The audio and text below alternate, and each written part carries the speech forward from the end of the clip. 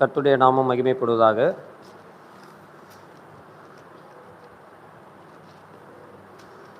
ஒவ்வொரு வாரமும் புதன்கிழமை சாஸ்திரி நகர் சபையிலே கொலோசையர் எழுதின நிருபத்தை எடுத்து கொண்டு வந்தேன். இப்பொழுது சில சூழ்நிலை காரணமாக இந்த வாரமும் கடந்த வாரமும் சாஸ்திரி நகர் போக முடியவில்லை. சாஸ்திரி நகரில் இருக்கக்கூடிய விசுவாசிகளுக்கும் கர்த்தருடைய நாமத்திலே வாழ்த்துக்கள். இந்த நேரலையை பார்த்து கொண்டிருக்கக்கூடிய ஒவ்வொருவருக்கும் கர்த்தராகிய இயேசு கிறிஸ்து நாமத்திலே வாழ்த்துக்களை தெரிவித்துக் கொள்கிறேன். சாஸ்திரி நகர் சபையிலே விசுவாசிகளாக அமர்ந்து இந்த நேரலையை பார்த்து கொண்டிருக்கக்கூடியவர்களுக்கும் இங்கே நீலாங்கரை சபையிலே இந்த வார்த்தையை கேட்டுக்கொண்டிருக்கிறவர்களுக்கும் தொடர்ந்து அந்த கொலோசையரிலிருந்து இந்த வாரமும் நான் அந்த பாடத்தை தொடரணும் அப்படின்னு சொல்லி நான் நினைக்கிறேன். ஸோ கொலோசையர் நிருபத்தை குறித்து நம்ம வந்து ஆல்ரெடி 4 வகுப்புகள் நம்ம படிச்சிருக்கோம். கொலோசையர் நிருபத்துடைய அறிமுகத்திலிருந்து ஆரம்பிச்சு இந்த 3 அதிகாரங்கள் முடித்து 4வது அதிகாரத்துக்குள்ள நம்ம வந்திருக்கிறோம். ஸோ 3வது அதிகாரம், அதாவது 3வது அதிகாரம் முதல் வசனத்திலிருந்து 4வது அதிகாரம் முதல் வசனம் வரைக்கும் ஒரு பகுதியில் புதிய மனிதர்கள், புதிய ஒரு மனுஷனை தரித்து கொள்ளுகிற அந்த வாழ்க்கை குறித்ததான அந்த உபதேசங்கள், அதாவது நடைமுறை உபதேசங்கள், ப்ராக்டிக்கல் டீச்சிங்கை வந்து அப்போஸ்தலனாகிய பவுல் தன்னுடைய எல்லா நிருபத்திலும் கொடுக்கறது போல இந்த நிருபத்திலும் கொடுத்து வருகிறார். அதில் தான் இப்போ நம்ம கண்டினியூ பண்ண போகிறோம். ஸோ கடைசியாக நம்ம போன வாரம் வந்து எஜமான்கள் வரைக்கும் நம்ம வந்து பார்த்தோம். எஜமான்கள் எப்படி இருக்க வேண்டும், வேலைக்காரர்கள் எப்படி இருக்க வேண்டும், கணவன் எப்படி இருக்க வேண்டும், மனைவி எப்படி இருக்க வேண்டும், பிள்ளைகள் எப்படி இருக்க வேண்டும். ஸோ குடும்பத்திலும் வேலையிலும் தேவ பிள்ளைகள் எப்படி வாழ வேண்டும் என்பதை குறித்து நம்ம வந்து கடந்த வகுப்புகளை நம்ம வந்து பார்த்தோம். இப்பொழுது மீதி கடைசியாக 4வது அதிகாரத்தில் 2வது வசனத்திலிருந்து 6வது வசனம் வரைக்கும் நாம் கடைசியாக சில முக்கியமான அறிவுரைகளை அப்போஸ்தலனாகிய பவுல் சபைக்கு தருகிறார். சபைக்கு கடைசியாக சில முக்கியமான அறிவுரைகள் கொலோசே சபைக்கு தருகிறார். சரிங்களா? அந்த அறிவுரைகளை வந்து நம்ம ஃபர்தர் இன்ஸ்ட்ரக்ஷன்ஸை வந்து நம்ம பார்க்கலாம். இப்போ தமிழில் வாசிங்க, 2வது வசனத்திலிருந்து 6வது வசனம் வரைக்கும் இப்போ நம்ம வாசிக்க கேட்கலாம். இடைவிடாமல் ஜெபம் பண்ணுங்கள், ஸ்தோத்திரத்துடன் ஜெபத்தில் விழித்திருங்கள்.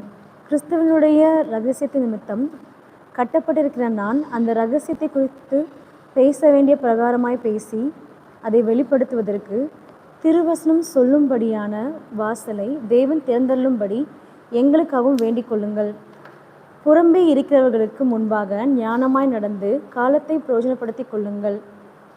அவனவனுக்கு இன்னின்னபடி உத்தரவு சொல்ல வேண்டுமென்று நீங்கள் அறியும்படிக்கு உங்கள் வசனம் எப்பொழுதும் கிருபை பொருந்தினதாயும் உப்பால் சாரம் மீறினதாயும் இருப்பதாக.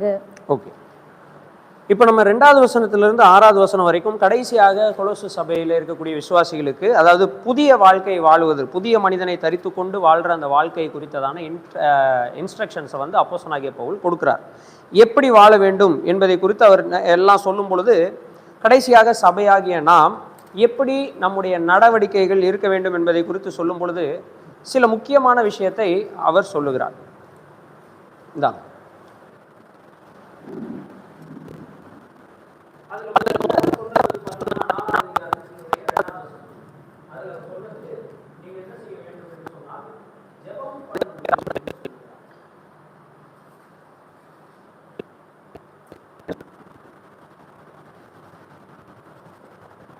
ஜெபம் பண்ணுங்கள். இந்த இடத்துல அவர் இதை நீங்கள் தனிப்பட்ட மனிதனுடைய ஜெபமாகவும் இதை வந்து நீங்கள் கன்சிடர் பண்ணிக்கொள்ளலாம்.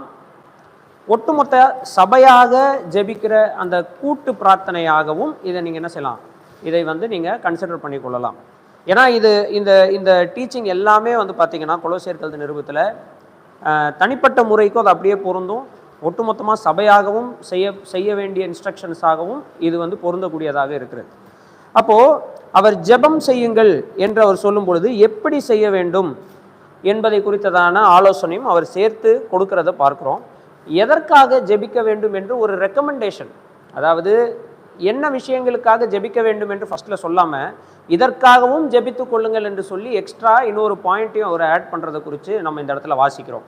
அதெல்லாம் இப்போ நம்ம டீட்டெயிலாக பார்க்கலாம். முதல்ல எப்படி ஜெபிக்க வேண்டும் என்று அவர் சொல்லுகிறார். 2வது வசனம் மறுபடி வாசிங்க. இடைவிடாமல் ஜெபம் பண்ணுங்கள், ஸ்தோத்திரத்துடன் ஜெபத்தில் விழித்திருங்கள். 3 ஆஸ்பெக்டை ஜெபம் பண்ணுதலைல வந்து அவர் கொண்டு வருகிறார். ஒன்று என்ன செய்கிறார், முதல்ல அவர் என்ன சொல்லுகிறார் அப்படின்னா, கண்டினியூ பிரேயிங், இடைவிடாமல் ஜெபம் பண்ணுங்கள், இடைவிடாமல் ஜெபம் பண்ணுங்கள் என்று அவர் சொல்லுகிறார். கண்டினியூ ஸ்டெட்ஃபாஸ்ட்லி, தொடர்ச்சியாக நீங்க என்ன செய்யுங்க, ஜெபம் செய்யுங்கள். ஜெபம் பண்ணுவதில் நீங்க பிரேக் விடாதீர்கள் அப்படின்னு அவர் சொல்லுகிறார். 2வது அவர் என்ன சொல்லுகிறார் அப்படின்னு சொன்னா, நீங்கள் ஸ்தோத்திரத்தோடு என்ன செய்ய வேண்டும், ஜெபிக்கிறவர்களா இருக்க வேண்டும். ஸ்தோத்திரத்தோடு என்ன செய்ய வேண்டும், ஜெபிக்க வேண்டும் என்று அவர் சொல்லுகிறார். All your prayers should be with thanksgiving. கர்த்தரிடத்துல நீங்க ஜெபிக்கிறது ஸ்தோத்திரத்தோடு இருக்க வேண்டும் என்பதை அவர் அங்க சொல்லுகிறத நம்ம வந்து பார்க்கிறோம். 3வது அவர் என்ன சொல்றார் அப்படின்னா, நீங்கள் என்ன செய்யுங்க, ஜெபத்துல விழித்திருங்கள் என்று சொல்லுகிறார். விழித்திருங்கள். இந்த 3 விஷயங்கள்ல இப்படி நீங்கள் ஜெபிக்க வேண்டும் என்று என்ன செய்றார், சொல்றார். நீங்க இடைவிடாமல் ஜெபிக்க வேண்டும், ஸ்தோத்திரத்தோடு என்ன செய்யணும், ஜெபிக்க வேண்டும். அது மட்டும் இல்ல, விழித்திருக்கிறவர்களா என்ன செய்ய வேண்டும், ஜெபிக்க வேண்டும். இந்த 3 விஷயங்கள் நாம் தனிப்பட்ட ஜெபத்திலையும் சரி, சபையாக நாம் சேர்ந்து ஜெபிக்கிற ஜெபமாக இருந்தாலும் சரி, இதை நாம் செய்ய வேண்டியவர்களாக இருக்கிறோம். எந்த விஷயங்களுக்காகலாம் கர்த்தர் நம்மை ஜெபிக்க சொல்லி பைபிளில் சொல்லி இருக்கிறாரோ, அல்லது நாம் ஜெபிக்கும்படியாக ஏவப்படுகிறோமோ, அந்த எல்லா விஷயத்திலும் நாம் என்ன செய்ய வேண்டும் என்று சொன்னால், இடைவிடாமல் ஜெபிப்பது என்றால் என்ன அப்படின்னா, காலையில் எழுந்ததுலேருந்து நைட்டு வரைக்கும் கண்டினியூஸாக முட்டி போட்டு ஜெபிக்கிறத குறித்து அவர் சொல்லலை. எதற்காக ஒரு ஜெபக்கூட்ட ஒரு விஷயத்திற்கு ஒரு ஜெபக்கூட்டம் ஆர்கனைஸ் பண்ணப்படுது அப்படின்னு சொன்னால், அது பிரேக்கே இல்லாமல் அது என்ன செய்யணும், செய்துக்கிட்டே இருக்கணும். இப்போ சொல்கிறாங்க, இப்போ சபையாக தீர்மானம் போடுகிறோம், ஒவ்வொரு வெள்ளிக்கிழமையும் காலையில் 10 மணிக்கு சகோதரிகள் கூடி ஜெபிக்க வேண்டும் என்று சபையாக தீர்மானம் போடுறோம்னா, அது ஒவ்வொரு வெள்ளிக்கிழமையும் இடைவிடாமல் என்ன செய்யணும், நடக்க வேண்டும். எக்ஸாம்பிளுக்கு சொல்கிறேன். அந்த மாதிரி நான் காலையில் ஜெபிக்கிறதா இருக்கட்டும், மாலையில் ஜெபிக்கிறதா இருக்கட்டும், மத்தியானத்தில் ஜெபிக்கிறதா இருக்கட்டும், தானியேலை ஒரு உதாரணமாக எடுத்துக்கிட்டோம் அப்படின்னு சொன்னால், ராஜாவினுடைய கட்டளை வந்தா கூட அவன் இடைவிடாமல் என்ன செய்து கொண்டிருந்தான், ஜெபித்து கொண்டிருந்தான். அது மட்டும் இல்லை, சிங்க கெபியில போடப்பட்ட பிறகு ராஜா போய் கேட்கிறான்.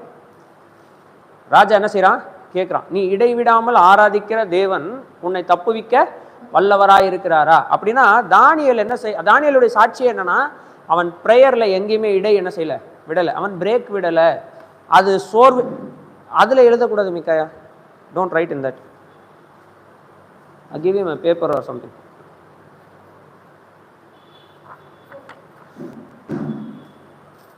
ஓகே, இடைவிடாமல் ஜெபிக்க வேண்டும் என்று சொன்னால், நாம் தொடர்ச்சியாக அதில் டிசிப்ளினா என்ன செய்யணும், இருக்கணும். அதாவது நம்ம பிரேயர் லைஃப்ல ஒழுக்கமுடையவர்களாக என்ன செய்ய வேண்டும், இருக்க வேண்டும். தொடர் ஒழுக்கம் ஜெபத்தில் நமக்கு என்ன செய்ய வேண்டும், இருக்க வேண்டும். இன்னொரு இடத்துல நாம் வாசிக்கிறோம், ஜெபத்திலே உறுதியாய் தரித்திருங்கள், இல்லையா? ஜெபத்திலே உறுதியாய் தரித்திருங்கள். கர்த்தராகிய இயேசு கிறிஸ்து வந்து நமக்கு ஒரு உதாரணமாக என்ன செய்கிறார், இருக்கிறார். அவருடைய வாழ்க்கையில அவர் இந்த பூமியில இருக்கும் பொழுது பிதாவோடு அவர் தொடர்பு கொண்ட அந்த ஜெபங்களை குறித்தெல்லாம் நம்ம என்ன செய்கிறோம், வாசிக்கிறோம். அதை ஒரு ஒழுக்கமாக அவர் வைத்திருந்தார். சில நேரங்களில் இரவு முழுவதும் அவர் என்ன செய்து கொண்டிருந்தார், ஜெபித்து கொண்டிருந்தார்னு பார்க்குறோம். அதை வந்து ரெகுலராக செய்கிறார். மேபி அது ஒரு வாரத்துக்கு ஒரு தடவையாக செய்யலாம், இல்லைன்னா மாதத்துக்கு ஒரு தடவை செய்கிறவராக இருக்கலாம், சொல்ல முடியாது. ஆனால் அது தொடர்ச்சியாக அவருடைய வாழ்க்கையில் நம்ம என்ன செஞ்சுக்கிட்டே இருக்கோம், பார்த்து கொண்டே இருக்கிறோம். அதனால இடைவிடாமல் ஜெபிக்கக்கூடியது நம்முடைய பழக்கம். It is a Christian discipline. இது வந்து ஒரு கிறிஸ்தவ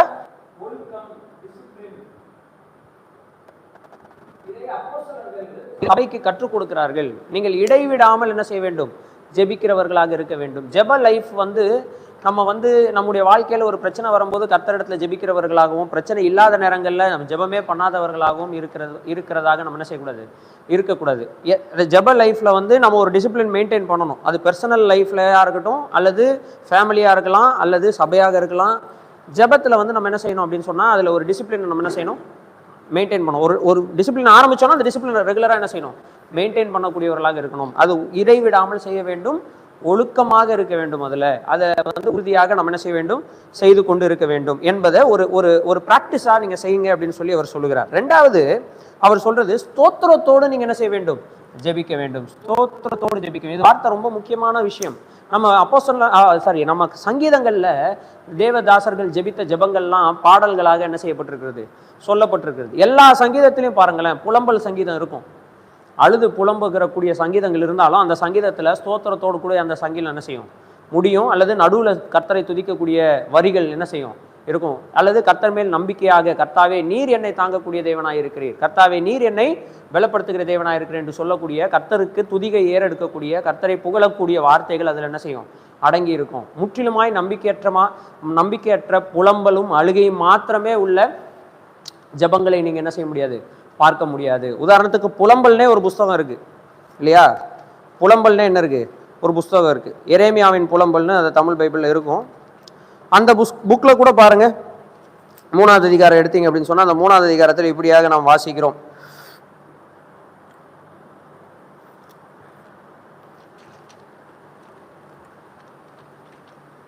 அந்த புக்கு பேரே புலம்பல் தான். ஒரே புலம்பலாக இருக்கும். வாசிக்கும் பொழுது பயங்கர துக்கத்தையும் சோர்வையும் வெளிப்படுத்தக்கூடிய ஒரு புக்காக அது இருந்தாலும், அந்த புக்கில் அவர் என்ன சொல்கிறாரு பாருங்க. 3வது அதிகாரம் 22லிருந்து 24 வரைக்கும் வாசிங்க. 25 வரைக்கும் வாசிங்க.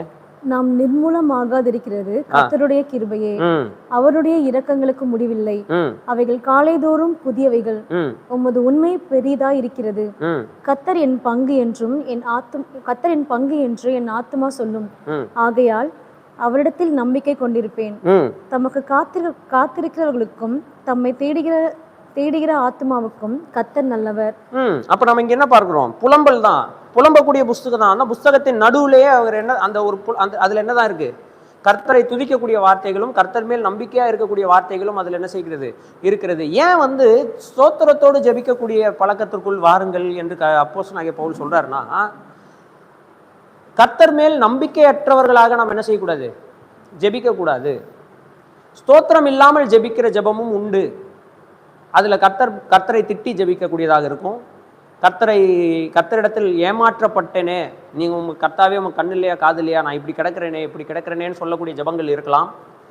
ஆனால் அப்படியே அந்த ஜெபம் முடிந்து விட்டால் கர்த்தர் மேல் நம்பிக்கை இல்லாத ஒரு ஜெபமாக என்ன செஞ்சிடும் இருக்கும். அதன் கர்த்தர் மேல் நம்பிக்கை இல்லை அப்படின்ற வாழ்க்கையின் வெளிப்பாடாக அந்த ஜெபம் என்ன செய்யும், இருக்கும்.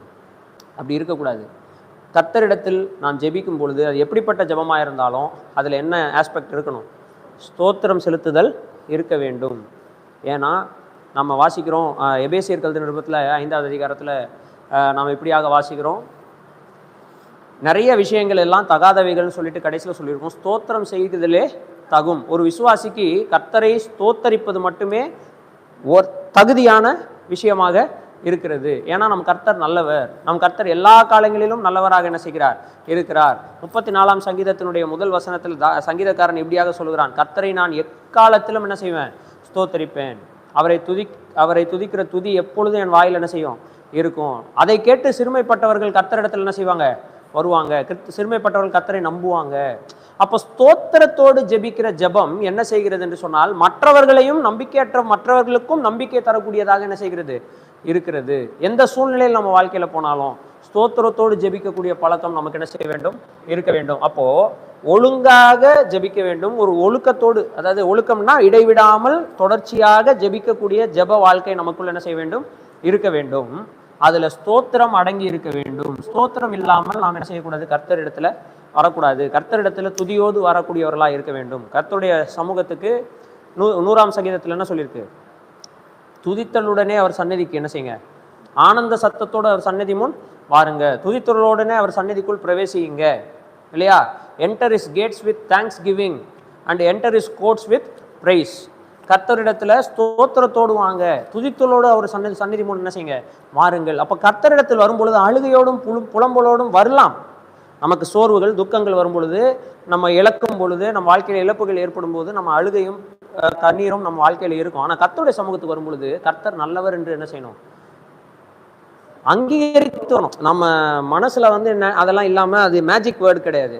மனசுல துக்கத்தோட கர்த்தர் மேல கோபத்தோட இருந்துகிட்டு கர்த்தாவே ஸ்தோத்திரம் வெளியில சொல்றதுனால அந்த ஸ்தோத்திரம் உண்மையாயிடாது. கர்த்தர் மேலே நான் நம்பிக்கை வைக்க பழகணுன்றதுக்காக தான் அவர் சொல்கிறாரு, நீங்கள் ஸ்தோத்திரத்தோடு என்ன செய்யுங்க, ஜெபியுங்கள் அப்படின்றது ரொம்ப முக்கியமான ஆஸ்பெக்ட். இதை குறித்து நம்ம பல இடங்களில் நம்ம பார்க்கலாம்.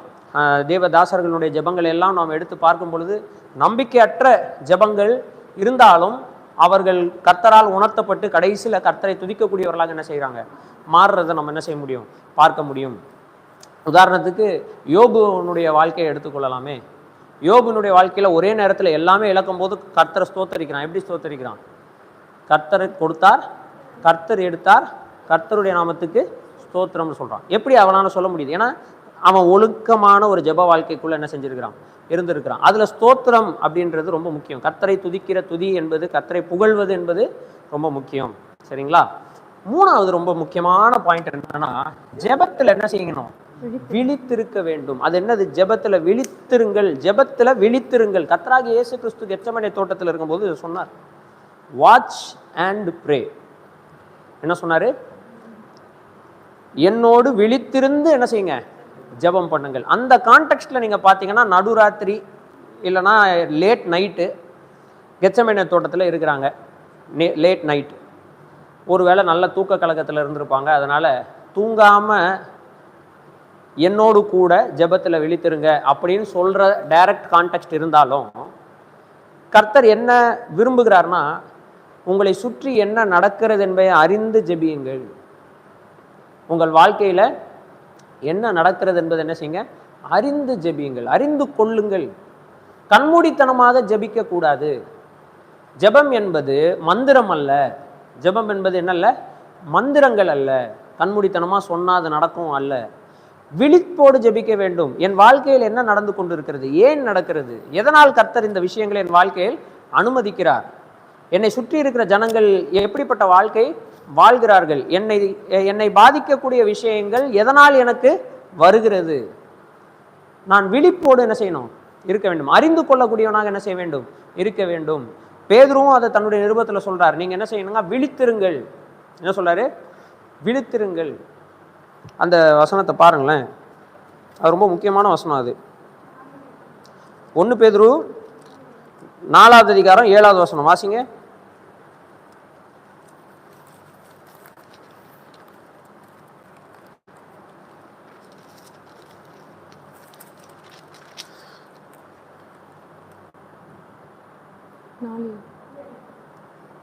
எல்லாவற்றுக்கும் முடிவு சமமாயிற்று. இல்ல, அது இல்ல. உங்கள் எதிராளியாகிய பிசாசானவன் 5வது அதிகாரத்துல வருமா?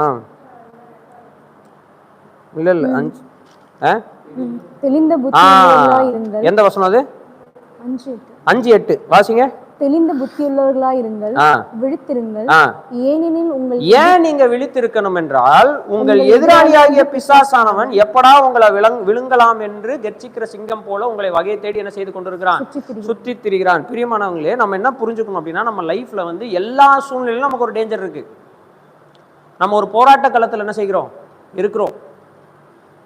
நான் இன்றைக்கு பேசுகிற வார்த்தை தேவனுடைய ஆவியினால ஏவப்பட்டு பேசுறேனா, அல்லது பிசாசுக்கு இடம் கொடுத்து பேசுகிறேனா, என்னுடைய சிந்தை பிசாசால் விழுங்கப்பட்ட சிந்தையாக இருக்கிறதா, அல்லது நான் பிசாசை ஜெயித்து யோசிக்கக்கூடியவனாக இருக்கிறேனா?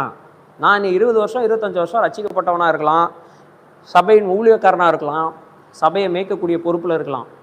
அதுக்காக நான் எப்படி வேண்டுமானாலும் நடந்து கொள்ளலாம், கர்த்தர் என்னோடு கூட இருக்கிறார் என்ற இருமாப்பு எனக்குள்ள என்ன செய்யக்கூடாது, வரக்கூடாது. தெளிந்த புத்தி உள்ளவனாய் நான் என்ன செய்ய வேண்டும், இருக்க வேண்டும். என்ன நடக்குது அதை நான் என்ன செய்ய வேண்டும், அறிந்து கொள்ள வேண்டும். என்னை சுற்றி எப்பொழுதும் ஒரு டேஞ்சர். ஒவ்வொரு தனிப்பட்ட தேவ பிள்ளைக்கும் உங்கள் எதிராளியாக பிசாசானவன் என்ன செய்கிறான், இருக்கிறான். அவன் எப்பொழுது வேண்டாலும் உங்களை என்ன செய்யலாம், விழுங்கி விடலாம். இந்த இடத்துல மைண்ட் பேட்டில் பத்தி பேசிக்கொண்டிருக்கிறார். தெளிந்த புத்தி உள்ளவர்களா இருங்கள்னு பேசிக்கிறார். அப்படின்னா அவன் விழுங்குவன் என்று சொன்னால் எதை குறித்து சொல்றாருன்னா, உங்க சிந்தையை அவன் கண்ட்ரோல்குள்ள என்ன செஞ்சிருவான், கொண்டு வந்துருவான். அதற்கு பிறகு நீங்க தேவ பிள்ளையாக கூட இருக்கலாம், ஆனா நீங்க சிந்திக்கிறதெல்லாம் யாருடைய இன்ஃப்ளூயன்ஸ்ல இருக்கும், அந்த பிசாசானவனுடைய இன்ஃப்ளூயன்ஸ்ல இருக்கிறதுக்கான வாய்ப்புகள் உண்டு. அதனால தெளிந்த புத்தி உள்ளவராக இருக்கணும், விழித்திருக்கணும். ஏன்னா பிசாசானவன் கர்ச்சிக்கிற சிங்கம் போல உங்களை சுற்றி வகையை தேடி என்ன செய்வான், சுற்றிட்டு இருக்கான். எப்போ வேண்டுமானாலும் எவனை வேண்டுமானாலும் என்ன செய்யலாம், விழுங்கலாம். எவனை விழுங்கலான்னு அவன் பார்த்து கொண்டே இருக்கிறான் அப்படின்னு சொல்றாரு. அப்போ நாம பயந்து பயத்திலே சோர்விலே படுத்தாலும் அவன் நம்மை விழுங்குவதற்கான வாய்ப்பு உண்டு. இருமாப்பாக பெருமையில் இருந்தாலும் அவன் நம்மை விழுங்குவதற்கான வாய்ப்பு உண்டு. அப்ப என்ன செய்யணும்? தெளிந்த புத்தியோடு நம்ம என்ன செய்ய வேண்டும்? இருக்க வேண்டும்.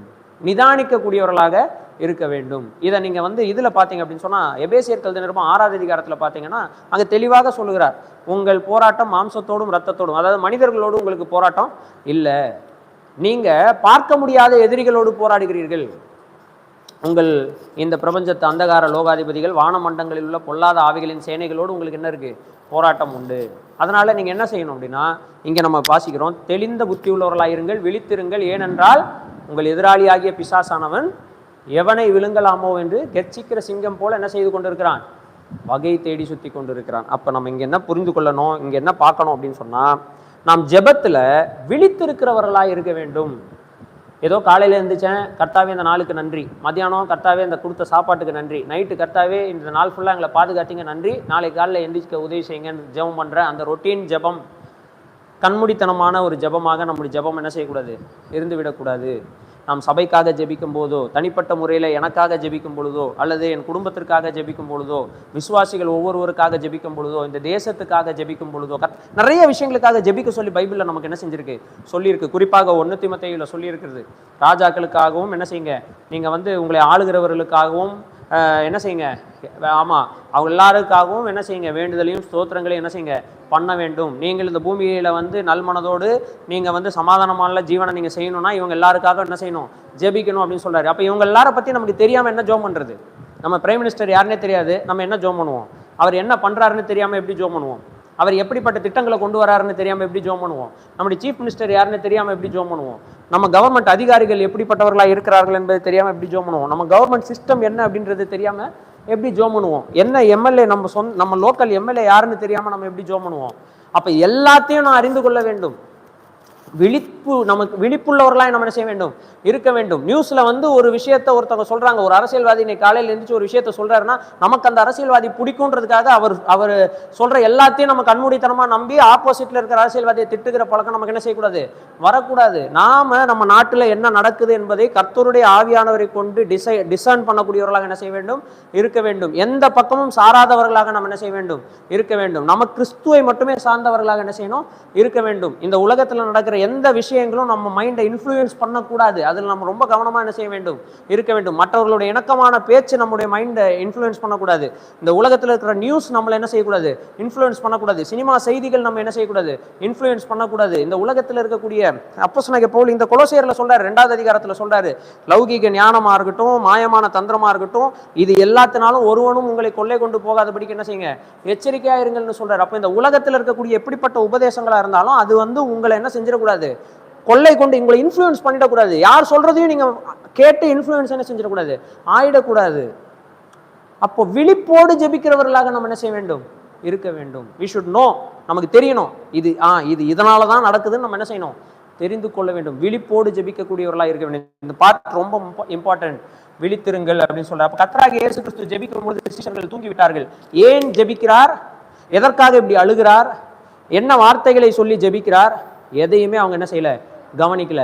அப்போ கர்த்தர் எழுந்து கேட்கிறாரு, 1 மணி நேரம் உங்களால என் கூட விழித்திருக்க முடியாதான்னு என்ன செய்யறாரு? கேட்கிறாரு. சரி வாங்க போலாம் அப்படின்னு என்ன செய்கிறார்?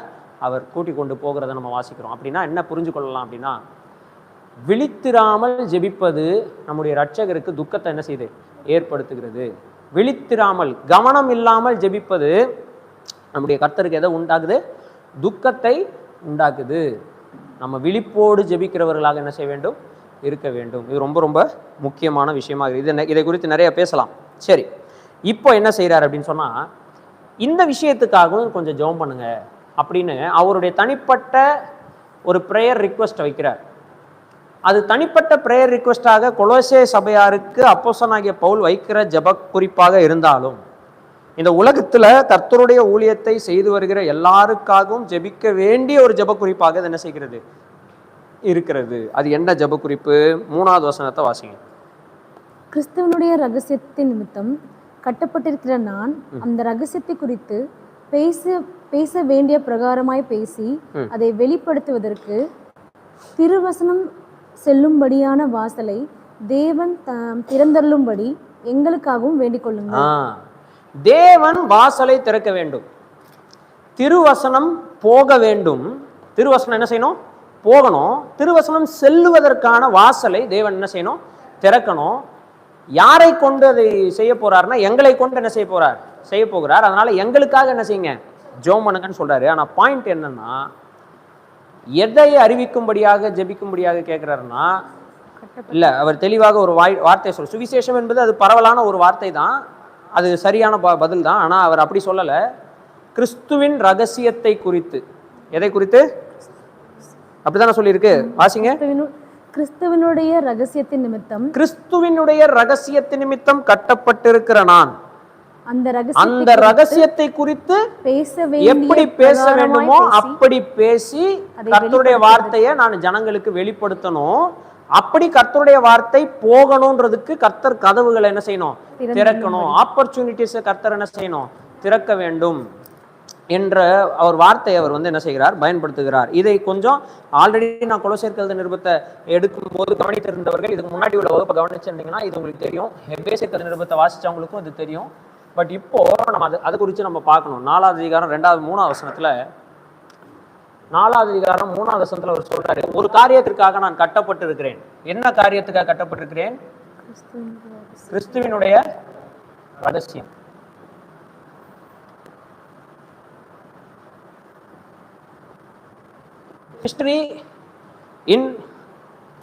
Mystery of Christ. கிறிஸ்துவின் ரகசியம், மிஸ்டரி.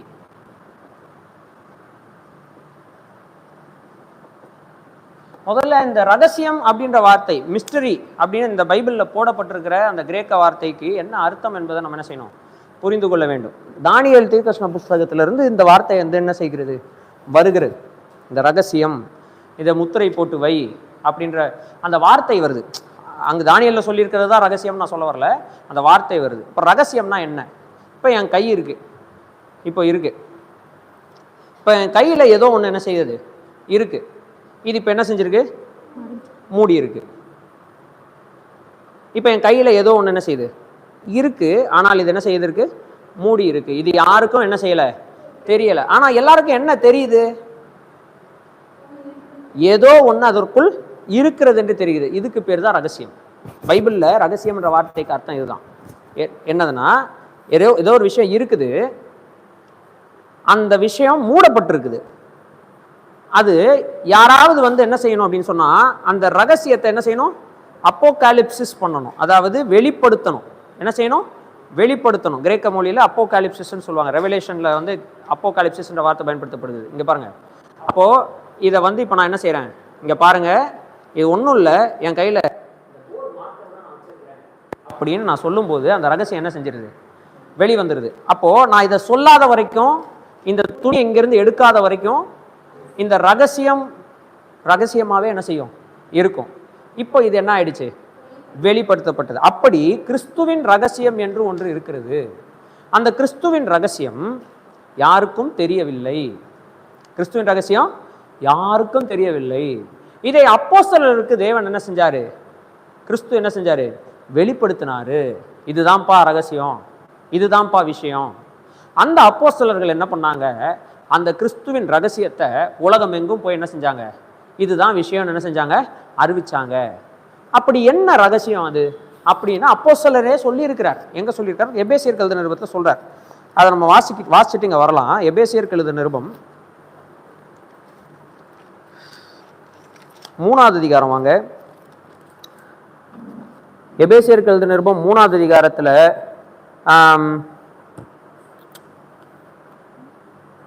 1 to 6 வரைக்கும் வாசிங்க. இது நிமித்தம் பவுலாகிய நான் புறஜாதியராய் இருக்கிற உங்கள் பொருட்டு கிறிஸ்து இயேசுவின் நிமித்தம் கட்டுண்டவனாய் இருக்கிறேன். இப்போ கொலோசியர்ல என்ன வாசிச்சோம்? கிறிஸ்துவின் ரகசியத்தை குறித்து நான் என்ன செஞ்சிருக்கிறேன்? கட்டப்பட்டிருக்கிறேன்னு சொல்றாரு. எபேசியர்ல என்ன சொல்றாரு? புறஜாதி ஆகிய உங்கள் நிமித்தம் கிறிஸ்து இயேசுக்குள் நான் என்ன செஞ்சிருக்கிறேன்? கட்டப்பட்டிருக்கிறேன்றார். இது ரெண்டுத்தையும் மைண்ட்ல வச்சுக்கோங்க. வச்சுக்கிட்டே இப்போ அப்படியே அந்த கொலோசியர்ல வாசிச்சத மைண்ட்ல, பேக் ஆஃப் த மைண்ட்ல வச்சுக்கிட்டே இந்த பகுதியை அப்படியே வாசிங்க. உங்களுக்காக எனக்கு அளிக்கப்பட்டிருக்கிற தெய்வ கிருபைக்குரிய நியமமும் இன்னதென்று கேட்டிருப்பீர்களே. ம் அது என்னவெனில், புறஜாதிகள் சுவிசேஷத்தினாலே உடன் சேர்ந்தருமாய் ம் ஒரே சரீரத்திற்குள்ளானவர்களுமாய் ம் கிறிஸ்துவுக்குள் அவர் பண்ணின வாக்கு தத்தத்திற்கு ம் உடன் பங்காளிகளுமாய் இருக்கிறார்கள் என்கின்ற ம் இந்த ரகசியத்தை ஆ அவர் எனக்கு வெளிப்படுத்தி அறிவித்தார். ம் இதை குறித்து நான் முன்னமே சுருக்கமாய் எழுதியிருக்கிறேன். அதாவது எபேசியர்லேயே நீங்கள் 2வது அதிகாரத்தில் இதை சுருக்கமாக அவர் என்ன செஞ்சிருக்கிறார், எழுதியிருக்கிறார். 1வது அதிகாரத்தில் 2வது அதிகாரத்தில் எழுதியிருக்கிறார். அதை நீங்கள் வாசிக்கையில் ம் கிறிஸ்துவின் ரகசியத்தை குறித்து எனக்கு உண்டாயிருக்கிற அறிவை அறிந்து கொள்ளலாம். இந்த அப்போஸ்தலன் பவுல் சொல்றாரு, கிறிஸ்துவின் ரகசியம் என்னன்னு கர்த்தர் எனக்கு என்ன செஞ்சிருக்கிறார், வெளிப்படுத்தியிருக்கிறார். அது என்ன ரகசியம்னு சொல்றாரு? என்ன ரகசியம் வாசிச்சிட்டீங்க ஆல்ரெடி. என்னது என்னது? புறஜாதியார் சுவிசேஷத்தினாலே உடன் சுதந்திரருமாய் ஒரே சரீரத்துக்குள்ளானவர்களுமாய் இருக்கிறார்கள். ஆக்சுவலி ரட்சிப்பு யூதர்கள் வழியாய் வருகிறது, மீட்பு யூதருக்கானது என்று எல்லா தேவ பிள்ளைகளும், அதாவது பழைய ஏற்பாட்டில் இந்த தீர்க்கதரிசிகள் எல்லாம் என்ன செஞ்சு கொண்டிருந்தாங்க, நினைத்து கொண்டிருந்தாங்க. இந்த புறஜாதிகள் கிறிஸ்துவுக்குள்ள ஒரே சரீரமும் இஸ்ரவேலருக்கு தேவன் வைத்திருக்கக்கூடிய சுதந்திரத்தை இவங்களுக்கும் பங்கு இருக்கு. இப்ப இஸ்ரவேலர் புறஜாதியர்னு டிஃபரன்ஸே கிடையாது, எல்லாரும் ஒரே சரீரத்துக்குள்ள இணைக்கப்பட்டு புதிய மனுஷர்களாக மாற்றப்படுகிறார்கள். சபை என்கிற இந்த அமைப்பு, யூதர்கள், புறஜாதிகள், சுயாதீனர், அடிமைகள், ஆண் பெண் என்ற வித்தியாசம் இல்லாமல் எல்லாரும் கிறிஸ்துவுக்குள் ஒரே புதிய சரீரமாக இணைக்கப்பட்டு ஒன் பாடியாக மாற்றப்படுகிற இந்த விஷயம் பழைய ஏற்பாட்டு காலத்தில் என்னவா இருந்தது, ரகசியமாக இருந்தது. அது யாருக்கும் புரியவில்லை. இருந்துச்சு பழைய ஏற்பாட்டில் தீர்க்கதரிசனங்கள்ல இதை பத்தின வசனங்கள்லாம் இருக்கு, ஆனா அது யாருக்கும் விளங்கலை. ஏன்னா அது இப்படி மூடப்பட்டு இருந்தது, இருக்குது, மூடப்பட்டிருந்தது. இதை பார்ப்பதற்கு தேவதூதர்கள், தீர்க்கதரிசிகள்லாம், ஆவல் உள்ளவர்களாம் என்ன செஞ்சாங்களாம், இருந்தாங்களாம். ஆனா இப்போ அந்த ரகசியம் வெளிப்படுத்தப்பட்டிருக்கு. என்ன? புறஜாதிகளாகிய நாம் இன்றைக்கு இஸ்ரவேலின் சேனைகளின் தேவனாகிய கர்த்தருடைய சொந்த சம்பத்தாக, சொத்தாக என்ன செஞ்சிருக்கிறோம், மாற்றப்பட்டது. இன்னைக்கு யூதர்கள் புறஜாதிகள்னு வித்தியாசம் இல்லை. இனி யூதர்கள் நம்மை பார்த்து நாய்கள் என்று சொல்ல முடியாது. இதுதான் சுவிசேஷத்தினால நமக்கு கிடைச்சிருக்கிற பாக்கியம். இதுதான் கிறிஸ்துவின் ரகசியம். இந்த ரகசியத்தை குறித்து பேச வேண்டிய பிரகாரமாய் நான் என்ன செய்ய வேண்டும், பேச வேண்டும். இப்படி நான் பேசுவதற்கான கதவுகளை தேவன் என்ன செய்ய வேண்டும், எனக்கு திறக்க வேண்டும். அதற்கான எபேசியர்லேயே அதை சொல்றாரு, அதற்கான வாக்கு எனக்கு கொடுக்கப்படும்படி என்ன செய்யுங்க, ஜெபிங்கன்னு எபேசியர்ல சொல்றாரு. இங்க என்ன சொல்றாரு, கதவுகள் எனக்கு திறக்கப்படணுன்றதுக்காக என்ன செய்யுங்க, ஜெபிங்கன்னு சொல்றாரு. இது உலகத்தில் இருக்கக்கூடிய அனைத்து தேவ பிள்ளைகள், தேவ ஊழியக்காரர்கள், கர்த்தருடைய பண்ணையிலே வேலை செய்கிறவர்கள் எல்லாருக்காகவும் நாம் ஜெபிக்க வேண்டிய ஜெபத்தில் ரொம்ப முக்கியமான பாயிண்ட் இது. கர்த்தாவே, கிறிஸ்து இயேசுவில் உள்ள ரகசியம் இன்றைக்கு எல்லா ஜனங்களுக்கும் வெளியரங்கமாக என்ன செய்ய வேண்டும், தெரிய வேண்டும், அவர்கள் அறிந்து கொள்ள வேண்டும். வானத்தையும் பூமியும் படைத்த தேவனுக்கு சொந்த பிள்ளைகளாக இந்த பூமியில் இருக்கிற எந்த கோத்திரத்தாராலும் மாற முடியும், எந்த ஜாதியானாராலும் மாற முடியும், எந்த பாஷைக்காரரானாலும் என்ன செய்ய முடியும், மாற முடியும். அந்த சபை என்கிற அமைப்புக்குள் கிறிஸ்துவின் சரீரமாக நாம் என்ன செய்ய முடியும், எல்லா ஜனங்களும் அறிந்து கொள்ள வேண்டும். அதற்கு உங்களுடைய பண்ணையில் ஊழியம் செய்கிற ஊழியக்காரர்களுக்கு தேவையான வாக்கை, வசனத்தை, ஆப்பர்ச்சுனிட்டிஸ், கதவுகளை என்ன செய்யுங்க, ஓப்பன் பண்ணுங்க என்று சொல்லி நாம் என்ன செய்ய வேண்டும், ஜெபிக்க வேண்டும். இன்னும் எவ்வளோ பேருக்கு கர்த்தரை குறித்து என்ன செய்யலை, தெரியல. நம்ம வேலை செய்கிற வேலையில், ஆஃபீஸில் பக்கத்தில் இருக்கவங்களுக்கு தெரியல. அப்படிப்பட்ட சூழ்நிலை இருக்கும்போது இந்த ஜெபம் ரொம்ப முக்கியமான ஜெபமாக என்ன செய்கிறது, இருக்கிறது. அப்போ இந்த ஜெபத்தை நம்ம எப்படி செய்யணும், விழிப்போடு செய்யணும். நம்ம நாட்டில் என்ன நடக்குதுன்னே பாதி பேருக்கு என்ன செய்யாது, தெரியாது. ஏதோ ஒரு நியூஸை படிப்போம், அந்த நியூஸில் இருக்கிறத அப்படியே நம்பிட்டு நம்ம பாட்டுக்கு என்ன செஞ்சுருவோம், பாரேன் எப்படி சொல்லியிருக்காங்க, பாரேன் எப்படிலாம் இருக்குது பாருன்னு சொல்லுவோம். ஆனால் உண்மை நிலவரம் நமக்கு தெரியுமா, தெரியாது. அதை அறிந்து கொள்ள இருக்கிற நம்ம என்ன முயற்சி எடுக்கிறோம், ஒரு முயற்சி என்ன செய்யறதில்ல, எடுக்கிறது இல்லை, இல்லையா? அப்போ நாம் அதை அறிந்து கொள்ள முயற்சி எடுக்க வேண்டும். விழிப்போடு என்ன செய்ய வேண்டும், இருக்க வேண்டும். ஏமாந்து போகக்கூடாது, இன்ஃப்ளூயன்ஸ் ஆகிடக்கூடாது. எந்த விஷயத்தை குறித்தும் நம்ம என்ன செஞ்சிடக்கூடாது, இன்ஃப்ளூயன்ஸ் ஆகிடக்கூடாது. உண்மையை பார்க்கக்கூடிய கண்களை தேவனிடத்திலிருந்து நாம் என்ன செய்யணும், பெற்றுக்கொள்ள வேண்டியவர்களாக இருக்கும். சத்தியத்தை பார்க்க வேண்டும். அப்பொழுதுதான் நம்ம விழிப்போடு என்ன செய்ய முடியும், ஜெபிக்க முடியும். சரி, இதுதான் அடுத்து அவர் ஜெபிக்கும்படியாக அவர் கேட்கிற பாயிண்ட். அடுத்து நம்ம 5வது வசனத்தையும் 6வது வசனத்தையும் வாசிக்கலாம். இது நமக்கு அவர் கொடுக்கக்கூடிய, விசுவாசிகளாகிய நமக்கு அவர் கொடுக்கக்கூடிய சில ஆலோசனைகள். 5ம் 6ம் வாசிங்க. புறம்பே இருக்கிறவர்களுக்கு முன்பாக ஞானமாய் நடந்து காலத்தை பிரயோஜனப்படுத்திக் கொள்ளுங்கள். ஞானமாய் நடங்கள். யாருக்கு முன்னாடி? புறம்பே இருக்கிறவர்களுக்கு முன்பாக. இந்த புறம்பே இருப்பவர்கள் யாரு? இந்த கிறிஸ்துவின் ரகசியத்தை அறியாதவர்கள், சபை என்கிற அமைப்புக்குள் சேராதவர்கள், தங்கள் மனசும் மாம்சமும் விரும்பினபடி வாழ்ந்து கொண்டிருக்கிறவர்கள். இவர்களுக்கு முன்பதாக நீங்கள் எப்படி நடந்து கொள்ளணும்னு சொல்றாரு? ஞானமாய் நடந்து கொள்ள வேண்டும். ஞானமாய் நடந்து கொள்ள வேண்டும். ஞானமாய். இந்த ஞானமாய் நடந்து கொள்வதில் ஒரு ஆஸ்பெக்டை இவர் இங்க மென்ஷன் பண்றாரு. இன்னொன்னு, மற்ற விஷயங்கள்லாம் எபேசியர்ல தெளிவா இருக்கிறது. இந்த இடத்துல ஒரு ஆஸ்பெக்டை மென்ஷன் பண்றாரு. ஞானமாய் நடந்து கொள்வதில் நீங்க என்ன செய்யுங்க? காலத்தை என்ன செய்யுங்க? காலத்தை பயன்படுத்திக் கொள்ளுங்கள். make use of the time. இப்படிப்பட்ட 2 டிரான்ஸ்லேஷன்ஸ் இங்கிலீஷ்ல அது இருக்கு. உங்களுக்கு கொடுக்கப்பட்டிருக்கிற நேரத்தை சரியாக பயன்படுத்த வேண்டும். யாருக்கு முன்பதாக? புறம்பே இருக்கிறவர்களுக்கு முன்பதாக. இப்போ நான் உங்ககிட்ட கேட்குறேன், என்னன்னா என்ன கான்டெக்ஸ்ட்ல நம்ம நேரத்தை பயன்படுத்தணும்னு இங்க இவர் சொல்றார்.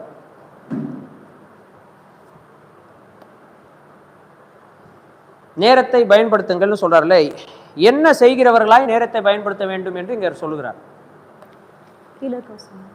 ஜெபிக்கிறவர்களாய். ஜெபம்ன்றது நம்ம என்ன நினைக்கிறோம்? அநேக நேரம் நம்ம முட்டி போட்டு கர்த்தர்கிட்ட நாம பேசுறதுன்னு நினைக்கிறோம். சின்ன வயசுல இருந்து சண்டே ஸ்கூல்ல அப்படி சொல்லி கொடுப்பாங்க இல்லையா? ஜெபம். பைபிள் படிக்கும்போது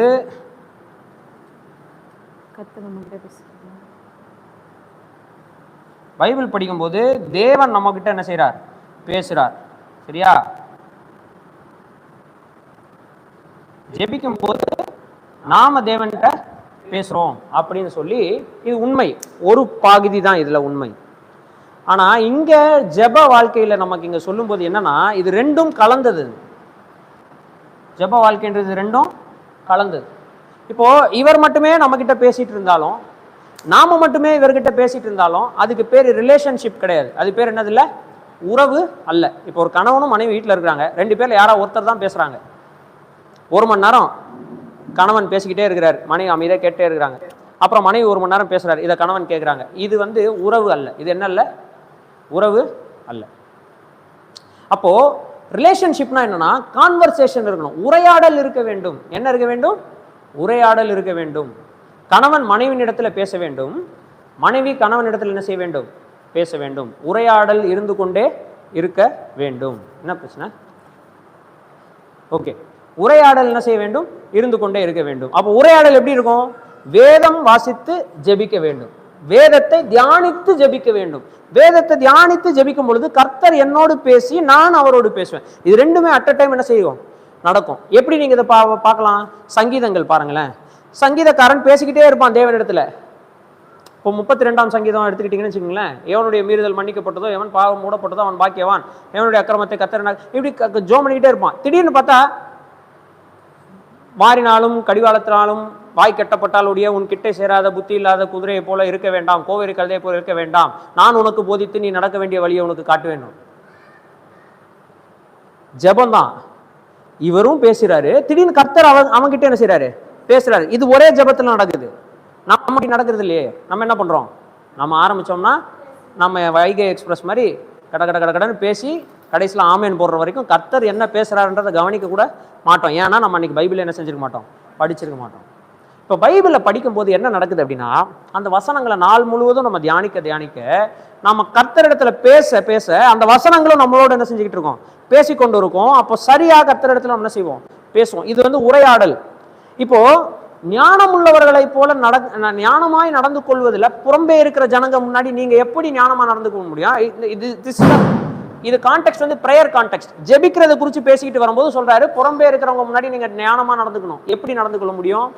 காலத்தை பிரயோஜனம் பண்ணிக்கோங்க. எப்படி? டைமை பிரயோஜனப்படுத்திக்கோங்க. அப்போ நம்முடைய நேரத்துல கர்த்தரோடு நேரத்தை அதிகமாக என்ன செய்ய வேண்டும்? செலவு செய்ய வேண்டும். அதிகமான நேரத்தை கர்த்தரோடு உரையாடுவதில் நாம் என்ன செய்ய வேண்டும்?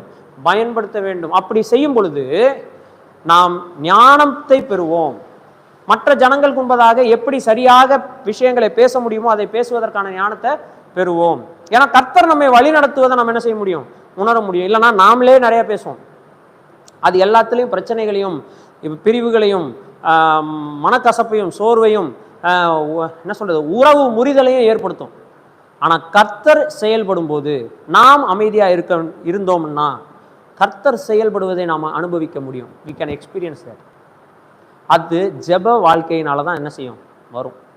வேத வசனத்தை வாசித்து தியானித்து அந்த வசனத்தை அசை போட்டுக்கொண்டு நாம் கர்த்தரிடத்தில் பேசுகிற அந்த உரையாடல் வாழ்க்கை நமக்கும் கர்த்தருக்கும் என்ன செய்ய வேண்டும், 24 மணி நேரமும் இருந்து கொண்டே இருக்க வேண்டும். அது இருந்ததுன்னா சுயமாய் நான் ஒன்றும் பேசாமல் என் பிதாவானவர் எனக்கு அப்புவித்ததையே பேசினேன் இயேசு கிறிஸ்து சொன்னது போல நாம் என்ன செய்ய முடியும், இந்த பூமியில ஞானமாய் நடந்து கொள்ள முடியும். காலத்தை வீணடிக்காமல் என்ன செய்ய முடியும், நடந்து கொள்ள முடியும். இது ரொம்ப முக்கியமான ஆஸ்பெக்ட். ஓகே, இதுக்கப்புறம் ஒரு முக்கியமான விஷயத்த சொல்றாரு. அதோட நான் இப்போ இந்த பைபிள் ஸ்டடியை முடிக்க போறேன். அநேக நேரம் இந்த வசனம் தவறான புரிதல் உடையதாக எடுத்துக்கொள்ளப்படுகிறது. அது என்ன வசனம்னா 6வது வசனம் வாசிங்க. அவனவனுக்கு இன்னின்னபடி யார் யாரிடத்தில் என்னென்னபடி பதில் சொல்ல வேண்டும் என்று உத்தரவு சொல்ல வேண்டும் என்று நீங்க அறிவதற்கு என்ன செய்யுங்கன்னா, உங்கள் வசனம் எப்பொழுதும் உங்கள் வசனம்ன்றது உங்க வார்த்தைகள் எப்பொழுதும் கிருபை பொருந்தினதாயும் உப்பால் சாரமேறினதாயும் இருப்பதாக. சரி, இப்ப இந்த உலகத்துல பலவிதமான கேள்விகள் நம் விசுவாசத்தை குறித்து வருகிறது. நீ மட்டும் தான் ஒழுங்கா, நீ மட்டும் தான் பரலோகத்துக்கு போவியா கேட்பாங்க இல்லையா? கண்ணா அப்படின்னா நம்ம கிட்ட நிறைய பேர் பேசுவாங்க. புறம்பே இருக்கக்கூடிய ஜனங்களா இருக்கட்டும், உள்ள இருக்கிற ஜனங்களா இருக்கட்டும், இவங்க ஒவ்வொருவருக்கும் நாம கரெக்டான பதிலை சொல்லணும். அப்படின்னா அப்படி சொல்வதற்கு அதை என்ன பதில் சொல்லணும்ன்றதை நம்ம அறிஞ்சு கொள்றதுக்கு அவங்க கிட்ட எப்படி பேசணுமா, கிருபை பொருந்திய வார்த்தைகளாகவும் உப்பால் சாரமேறின வார்த்தைகளையும் பேசணும்னு சொல்றாரு. இதை நிறைய பேர் எப்படி எடுத்துக்கிறாங்க தெரியுமா? கோபப்பட்டு பேசக்கூடாது, திட்டக்கூடாது, கண்டிக்க கூடாது, தேனொழுக பேச வேண்டும், இனிக்க என்ன செய்ய வேண்டும், பேச வேண்டும் அப்படின்னு இதை தவறாக என்ன செய்கிறார்கள், எக்ஸ்பிளைன் பண்ணுகிறார்கள். இல்லை, இந்த 2 வார்த்தையும் ரொம்ப முக்கியமான வார்த்தை. கிருபை நிறைந்த வார்த்தைகள், கிருபை நிறைந்த வார்த்தை.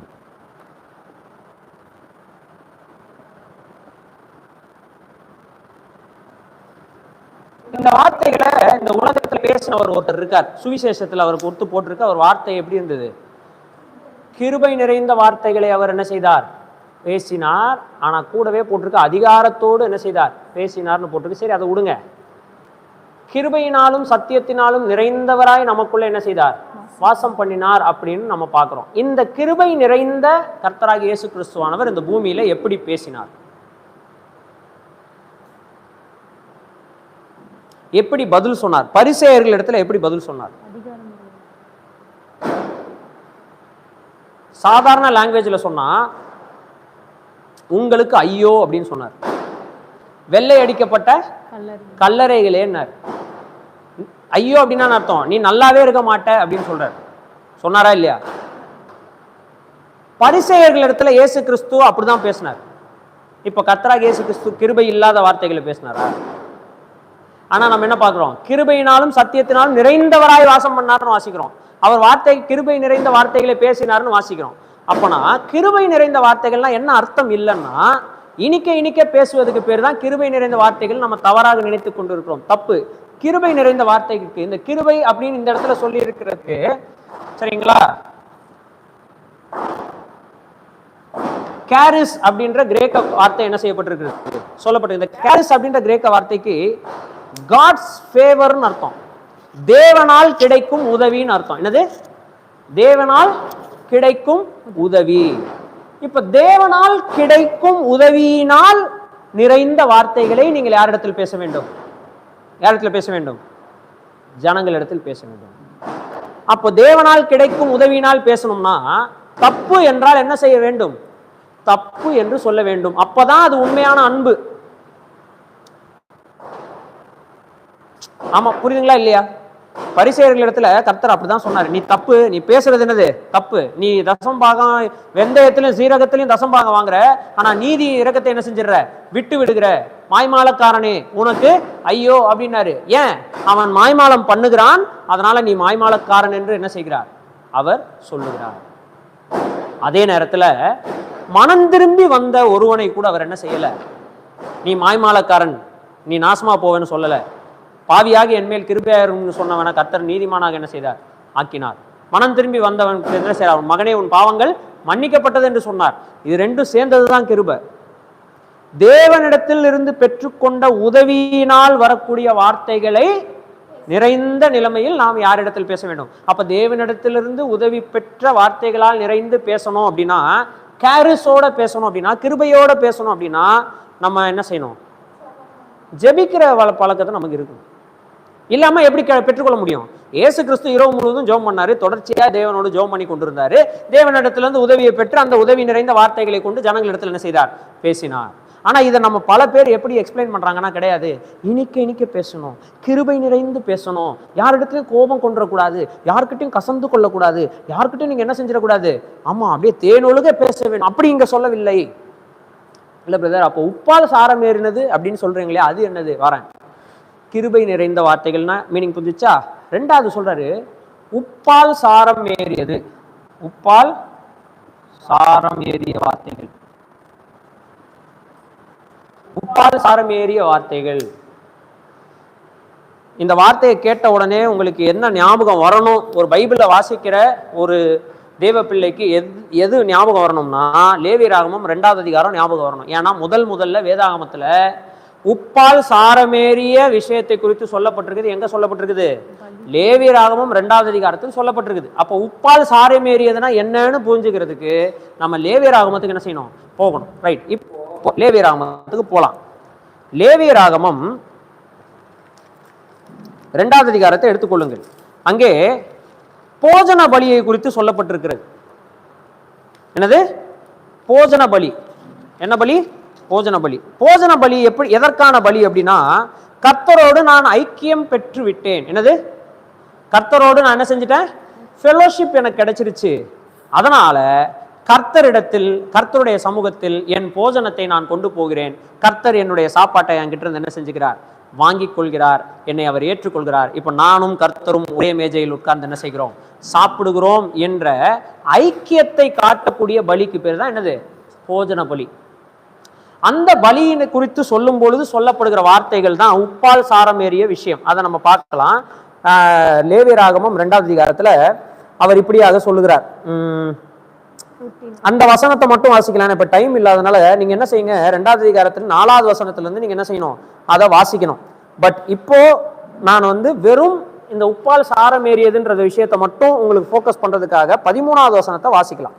நீ படைக்கிற எந்த போஜன பலி, நீ போஜன பலி எதை கொண்டு வந்தாலும், கர்த்தரோடு ஐக்கிய பெற்று விட்ட நிலைமையில் கர்த்தரோடைய ஐக்கியத்தை நீ காட்டக்கூடிய போஜன பலியை நீ கொண்டு வரும்போது, நீ படைக்கிற எந்த போஜன பலியும் உப்பால் சாரமாக்கப்படுவதாக. நீ படைக்கிற போஜன பலி உப்பால் ஆக்கப்பட வேண்டும். உன் தேவனுடைய உடன்படிக்கையின் உப்பை, என்னது, உன் தேவனுடைய உடன்படிக்கையின் உப்பை உன் போஜன பலியிலே குறைய விடாதே. ரைட். அப்போ உப்பு என்பது இந்த இடத்துல எதை குறிக்கிறது?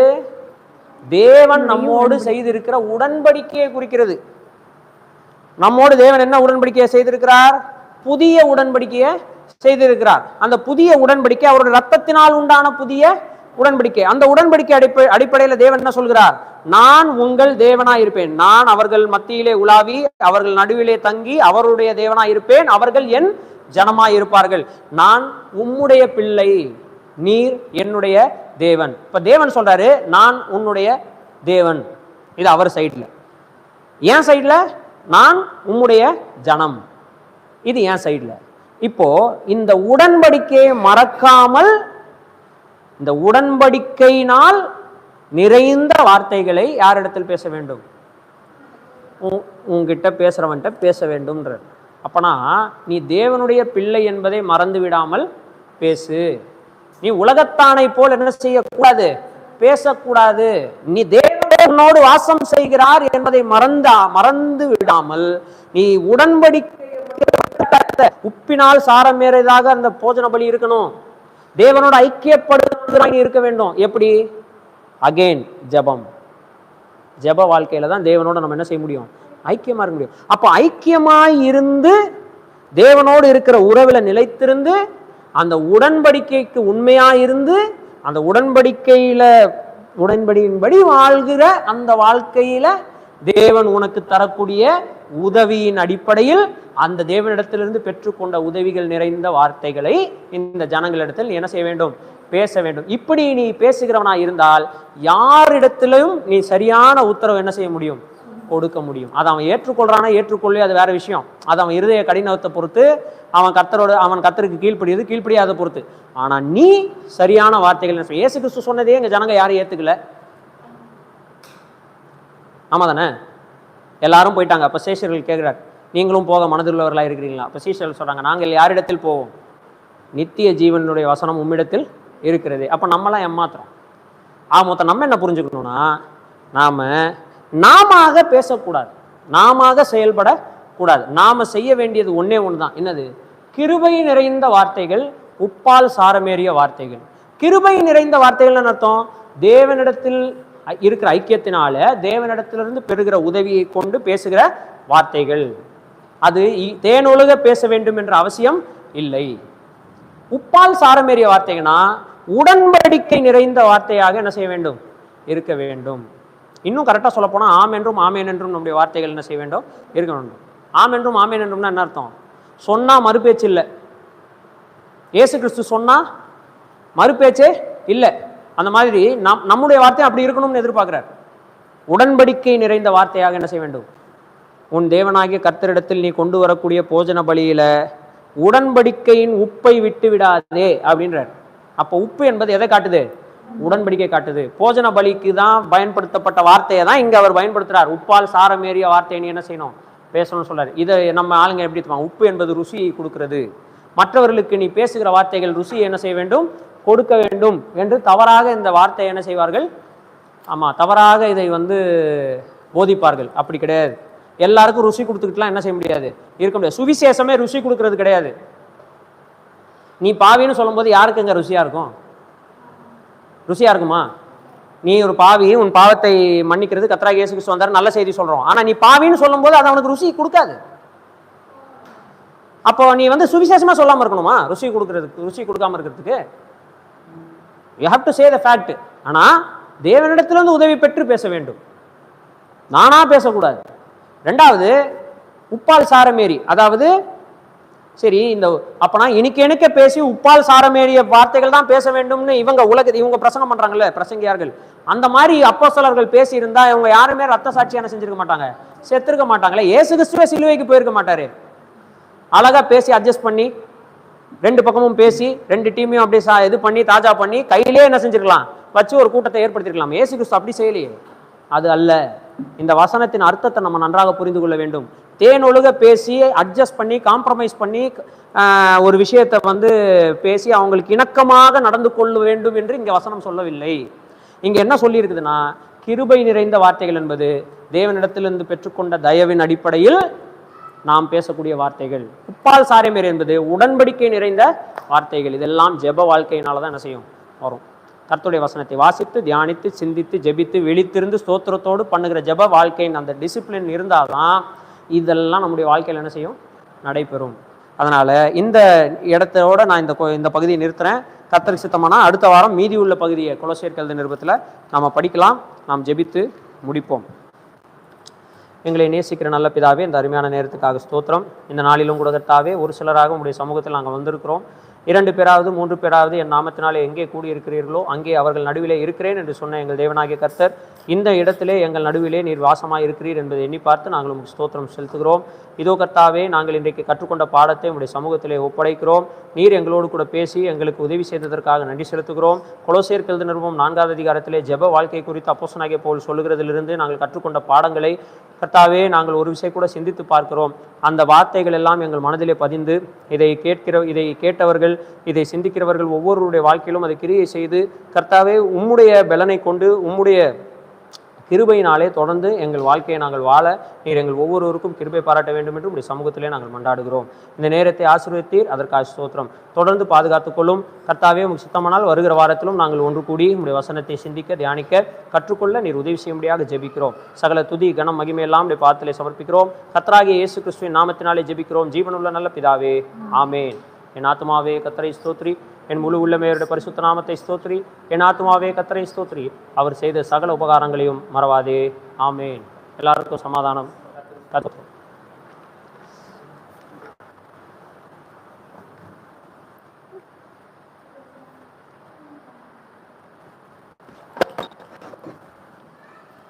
ஸ்டாப்.